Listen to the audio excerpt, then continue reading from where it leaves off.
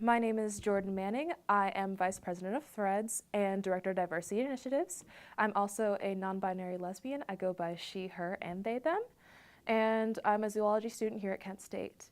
How I would define a microaggression is like a snide comment, not just like, you're mean or I don't like your shoes today, but something that is a basis of your identity. I'm currently in a relationship and a lot of people will stare at us when we're out in public. Like we'll just simply be holding hands or something like that and they'll glare at us. We were studying at the library together and simply sitting on a beanbag made people want to say some snide comments. Like they said, oh, that's so gross, why are they doing that here?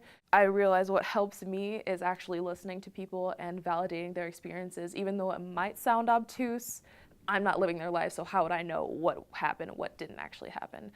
One in particular, when I was, back in high school, there were a few kids in my school that would go around and whenever they were going to ask a girl a question or talk to a girl, they would just say like, hey slut, come over here. I was really upset, first of all, because I know that they knew my name, but they chose not to call me that, so that made me upset. There was no reason for anyone to call me that, but they did, so that made me question myself. It was my sophomore year on campus, and I had just got diagnosed with narcolepsy, and it was new to me, and just figuring it out, something I experienced all of high school, and we all thought I was just sleepy. But I had a teacher tell me that my sleeping got on her nerves, and I cried as soon as I left, because I didn't know how to deal with it, because it got on my nerves too. Another would be when my aunt sends us pictures of my little cousins all the time, and they play different sports and different activities, Boy Scouts, and one particular was my little cousin in piano practice. And when a friend asked me what I was smiling at, and I said he was in practice, she assumed I was talking about football practice or basketball practice.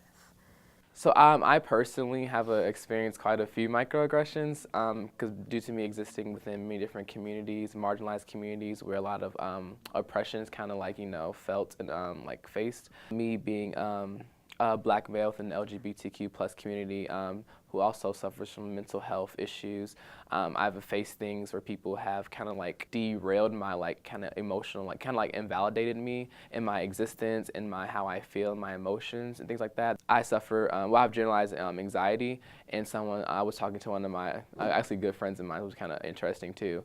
I was talking with her, and I was telling her about it because we never really discussed it before. I was like, oh yeah, I have generalized anxiety. She's like, no you don't. And I was like, what do you mean? Yeah, I do. And she was like, no you don't have that. That's not real. And I'm like, what do you mean it's not real? It's, that's something that I've been went to the doctor and been diagnosed with and everything. It's something I use to take medication and stuff for to help, calm me down and stuff like that when I do get anxious, stuff like that too. So that was kind of, that conversation with her I feel like was a very educational moment. While it was kind of hurtful, and to me, it was a very educational moment to kind of help her understand that just because I am a black male doesn't mean I don't have mental health issues and things, emotional stuff that I go through and stuff like that. I'm not always this macho, tough man that can just suck it up or stuff like that. I have things that I go through that I can't always have control of. So.